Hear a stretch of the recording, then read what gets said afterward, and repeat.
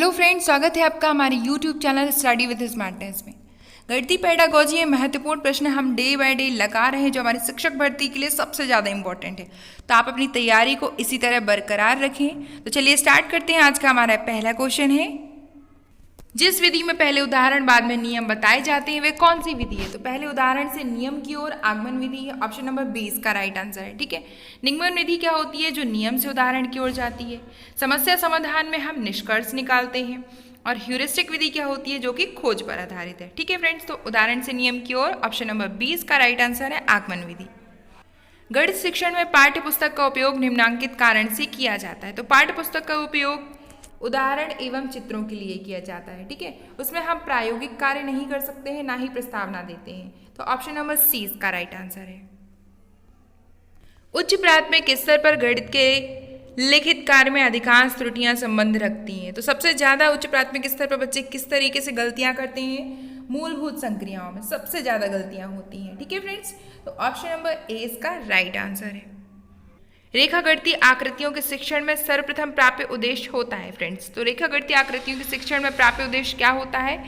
उसमें हम बच्चे को कौशल देखते हैं। अगर हमने उन्हें 4 बिंदु दे दिए तो आपस में ये जोड़ ले रहा है क्या बच्चा, क्या वर्ग बना ले रहा है, क्या त्रिभुज बना ले रहा है ना। तो इस तरीके से हम उसे देखते हैं।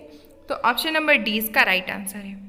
क्रियात्मक पक्ष के शिक्षण उद्देश्यों का श्रेय किसे जाता है? तो फ्रेंड्स, क्रियात्मक पक्ष के शिक्षण कैसे? क्रियात्मक पक्ष के बारे में सबसे ज्यादा सिम्पसन ने कहा है। ऑप्शन नंबर सी इसका राइट आंसर है। ज्ञानात्मक पक्ष के उद्देश्यों में सर्वाधिक योगदान किसने दिया है? तो ज्ञानात्मक पक्ष जो कि किस पर है? ब्लूम पर है। ब्लूम ने ज्ञानात्मक पक्ष के बारे में सबसे ज्यादा बताया है। तो ऑप्शन नंबर डी इसका राइट आंसर है। टेक्सोनोमी शब्द का अर्थ हो सकता है। तो टेक्सोनोमी जो कि वर्गीकरण, जिसका अर्थ है वर्गीकरण। ऑप्शन नंबर ए इसका राइट आंसर है।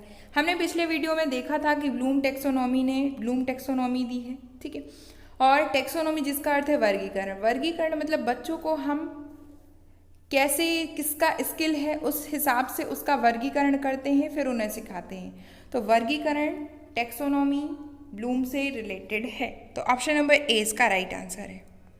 सबसे उच्च उद्देश्य माना गया। तो सबसे उच्च उद्देश्य फ्रेंड्स मूल्यांकन को माना गया है। कैसे? जैसे हमने बच्चों को कुछ सिखाया, जो भी कराया कक्षा में, बाहर, मैदान में, अब हम उसका मूल्यांकन करते कि वह उसे कितना कर पा रहा है, कितनी इसकी स्किल है।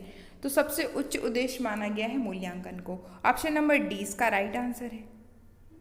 बालक में स्वाभाविकरण की क्रिया किस पक्ष से जुड़ी है? तो स्वाभाविकरण मतलब कि प्रत्यक्षीकरण, उसके स्वभाव को हम प्रत्यक्ष रूप से देखते हैं। ऑप्शन नंबर डी इसका राइट आंसर है। रेखा गणित में प्रायोगिक स्तर पर प्रयुक्त होने वाली विधि। तो प्रायोगिक स्तर पर प्रयुक्त होने वाली विधि सबसे देखते हैं हम वहाँ पे आगमन विधि। कैसे? सबसे पहले हम रेखा गणित में एग्जाम्पल बता देते हैं बच्चों को, है ना। फिर उसका प्रयोग किस तरीके से करना है, कहाँ प्रयोग होता है, ये सारी चीज़ें हम उसमें बताते हैं। तो आगमन विधि जो होती है उदाहरण से नियम जाती है, जो कि रेखा गणित से रिलेटेड है। तो ऑप्शन नंबर ए इसका राइट आंसर है। एक अच्छी मूल्यांकन विधि वह है जिसमें देखा जाए तो अच्छी मूल्यांकन विधि है व्यवहार। बालक का व्यवहार अगर परिवर्तित हो गया, वह चीज़ों को अपने दैनिक क्रियाओं में करने लगा, तो सबसे ज़्यादा है मूल्यांकन उसमें देखा जाता है कि अच्छा मूल्यांकन यही है। ऑप्शन नंबर ए इसका राइट आंसर है।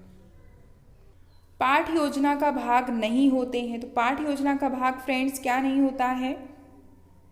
पाठ योजना जब हम बनाते हैं तो पाठ को प्रस्तुत कैसे करना है ये भी होता है, उसमें शिक्षा के उद्देश्य भी शामिल होते हैं, लेकिन प्राप्य उद्देश्य नहीं होता है। वहाँ पे हम प्राप्य उद्देश्य नहीं प्रदर्शित करते हैं कि अभी जब तक हम उस चीज़ को पा नहीं लेते हैं या उस क्रिया को देख नहीं लेते हैं जो हमने सिखाई है बच्चों को। तो ऑप्शन नंबर ए इसका राइट आंसर है। गणित के मानसिक सिद्धांत के जन्मदाता हैं फ्रेंड्स। तो गणित के मानसिक सिद्धांत के जन्मदाता प्लेटो हैं। अब कैसे हम इसे याद रखेंगे? तो प्लेटो का प्ले ले लो, और प्ले करने के लिए मानसिक रूप से तैयार होना पड़ता है। ठीक है, तो प्लेटो मानसिक सिद्धांत के जन्मदाता हैं। खोज विधि का प्रतिपादन किसने किया था? तो खोज विधि जो कि आर्मस्ट्रॉन्ग ने दी है। ऑप्शन नंबर ए इसका राइट आंसर है। निगमन विधि का उपयोग है। तो निगमन विधि जो कि सूत्र पर डिपेंड होती है, नियम पर डिपेंड होती है, तो सूत्र का प्रयोग करना। ऑप्शन नंबर डी इसका राइट आंसर है। सामान्य से विशिष्ट की ओर शिक्षण सूत्र पर आधारित विधि है। तो सामान्य से विशिष्ट हम देखेंगे निगमन विधि आधारित है। ठीक है, निगमन विधि जो कि सामान्य से विशिष्ट और विशिष्ट से सामान्य होती है आगमन विधि। तो ऑप्शन नंबर 20 का राइट आंसर है। गणित सभ्यता और संस्कृति का दर्पण है, यह कथन किसने कहा है फ्रेंड? तो सभ्यता और संस्कृति बताया है हॉगबीन ने।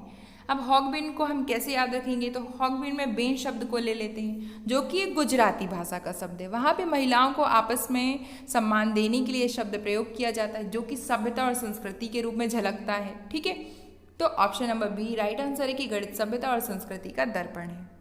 तो फ्रेंड्स, ये थे गणितीय पेडागोजी के महत्वपूर्ण प्रश्न। आप अपनी तैयारी को बरकरार रखें, चैनल पे जुड़े रहें, चैनल को लाइक करें, शेयर करें, सब्सक्राइब करें। Thanks for watching. जय हिंद।